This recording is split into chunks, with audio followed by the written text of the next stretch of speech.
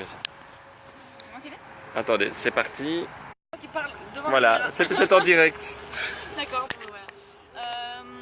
Donc là ce matin, on a, comme vous avez vu avant, on a eu une petite rencontre donc, avec des comités Montois Soutien sans papier. Donc on est parti de l'auberge de Mons, on a marché un petit peu dans Mons. Et là avec encore Jean-Pierre et Myriam, voilà, on a marché le long de l'autoroute, voilà, ça fait un peu peur. Et là on est à côté de l'autoroute, à l'endroit où Maouda s'est fait tuer donc il y a un an. Donc peut-être que Jean-Pierre peut nous dire... A été tué.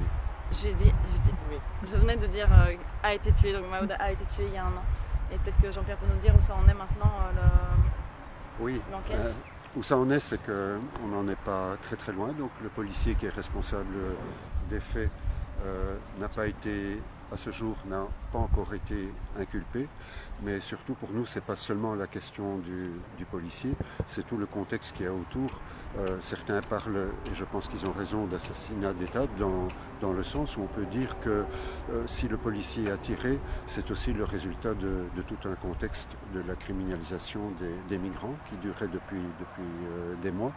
Et d'ailleurs, si cette camionnette a été, comme on dit entre guillemets, interceptée, c'était dans le cadre d'une opération policière, l'opération Médusa, qui vise à arrêter le plus grand nombre possible de migrants, comme on dit, illégaux.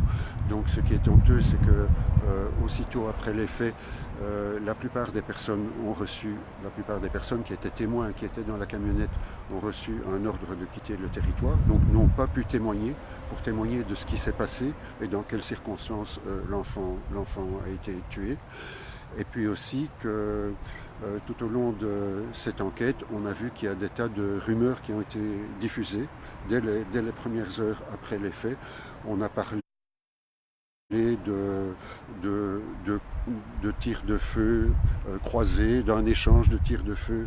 On a parlé aussi de l'utilisation de l'enfant par les parents, un peu comme un bouclier pour casser les vitres de la voiture. On n'a pas dit non plus dans les jours qui ont suivi que cette voiture, à l'intérieur de cette voiture, il y avait une balise qui avait été placée par la police française. Donc il y a une question aussi de coordination.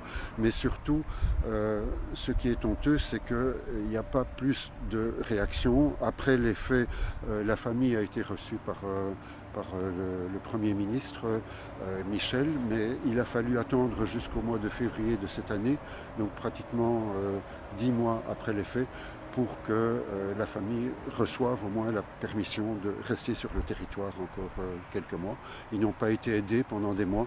C'est le comité des hébergeurs de Bruxelles, je pense, qui a dû prendre en charge l'accueil de cette famille. Voilà.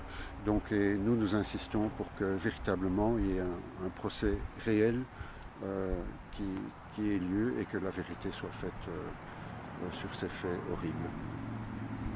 Là, je souhaite rajouter une chose. Donc là, on va continuer à marcher donc, vers le parking et se rapprocher de l'autoroute. Et venez de voir normalement sur l'événement le reportage de Zine TV par rapport à l'enquête et justement tout ce qu'on vient d'entendre sur ce qui n'a pas eu lieu justement.